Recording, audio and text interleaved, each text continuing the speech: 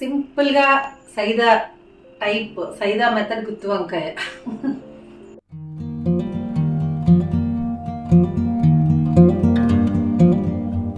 Hi madam. Hi అండి. So ఏంటి సైదా ఇవాళ స్పెషల్? గుత్తి వంకాయ మసాలా కర్రీ మేడం. చిన్న వంకాయలు తీసుకుందండి, దానికోసం ఇదిగో ఇట్లా కట్ చేసి పెట్టుకుంది. ఏం చేస్తావు ఇప్పుడు దీన్ని చెప్పు. ఫ్రై చేసుకున్నాం మేడం. ఈ ఆయిల్ వేసుకుని. ఏవి? వంకాయలే ముందు ఫ్రై చేయాలా? మరి మసాలా ఏదో ఉంచేవి ఏంటిది? వాటి కోసం మేడం. వంకాయ మసాలా కర్రీ కదా, అయితే వంకాయలు వేసేద్దాం డైరెక్ట్ గా. ఓకే, ఆయిల్ వేసుకున్నాం. హీట్ అయిన తర్వాత ఈ వంకాయలు వేసేసేయాలి. ఆయిల్ వేసుకొని హీట్ అవ్వనిచ్చి పసుపు సాల్ట్ వేసుకొని బాగా కలుపుకొని మూత పెట్టేసేయాలి. దీన్ని మిక్సీ, ఇంకా ఫ్రై ఏం అక్కర్లేదు, డైరెక్ట్ మిక్సీ చేసేద్దాం. ఓకే.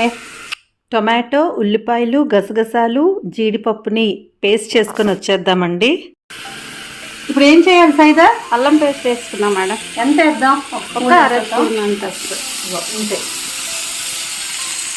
అసలు గుత్తి వంకాయ అంటే ఏదో మహాప్రస్థానంలా ఉండదు. సైదా చాలా సింప్లిఫై చేసి చెప్పేస్తుందండి. ఎంత సింపుల్గా చేసేసుకోవచ్చా అన్నట్టు.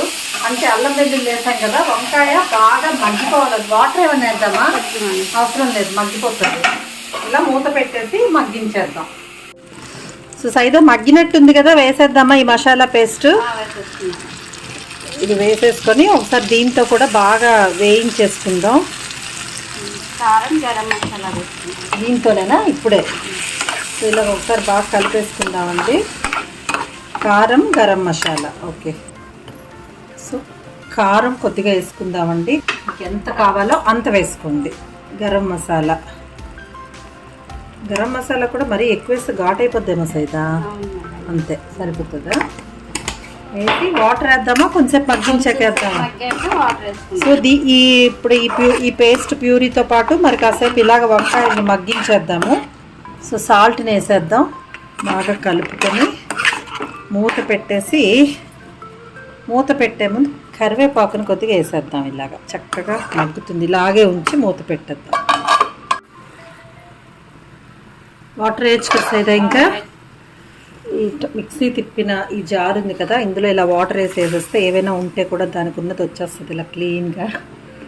సో ఇలా వేసుకొని చక్కగా దీంతో బాయిల్ చేసేద్దాం. మనకి చక్కగా అయిపోతుంది. మసాలా కూడా నువ్వు ఇలాగా చీలికల్లాగా చేయడం వల్ల అందులోకి వెళ్ళిపోతుంది. మూతలో పెట్టి ఉడికించుకుంటారు కానీ సరిగ్గా ఉడకదు మేడం. అదొక పద్ధతి, ఇదొక పద్ధతి. నీదంతా సింపుల్ కదా, టకటక మన సింపుల్ ఉంటుంది. త్వరగా ఈజీగా అయిపోవాలి, క్విక్గా అయిపోవాలి అన్న వాళ్ళకి సైదా వంటలు ఫాలో అయిపోండి. నిజంగా పొద్దున్న మనకి లంచ్ హడావిడిలో రుచిగా ఉండాలి, తొందరగా అయిపోవాలి అనే కాన్సెప్ట్ ఉంటుంది కదా.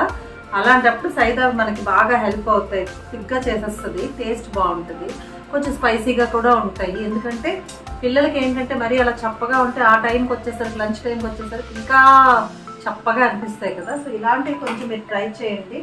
మూత పెడదామా సైదా? మేడం మూత పెట్టేద్దాం. సో అయిపోయిందండి. ఎంత సింపుల్గా, ఏం పెద్ద హైరాణ లేకుండా టేస్టీగా చేసేస్తుంది సైదా. కాబట్టి మీరు కూడా ట్రై చేసేయండి ఇలాంటి సైదా వంటలన్నీ కూడా. ఇప్పుడు మనం ఇలా డిష్లో తీసేసుకుందాం. చాలా సింపుల్ అండ్ టేస్టీ రెసిపీని మీరు ట్రై చేయడం అస్సలు మర్చిపోవద్దు. మీకు చాలా బాగుంది అని అనిపిస్తే మీ ఫ్రెండ్స్ అండ్ ఫ్యామిలీ మెంబర్స్తో ఈ రెసిపీని షేర్ చేసేసేయండి. వీడియోకి అయితే లైక్ పెట్టడం అసలు మర్చిపోకండి. అలాగే మన ఛానల్ని అయితే సబ్స్క్రైబ్ చేసుకోండి. బాయ్. Thank you.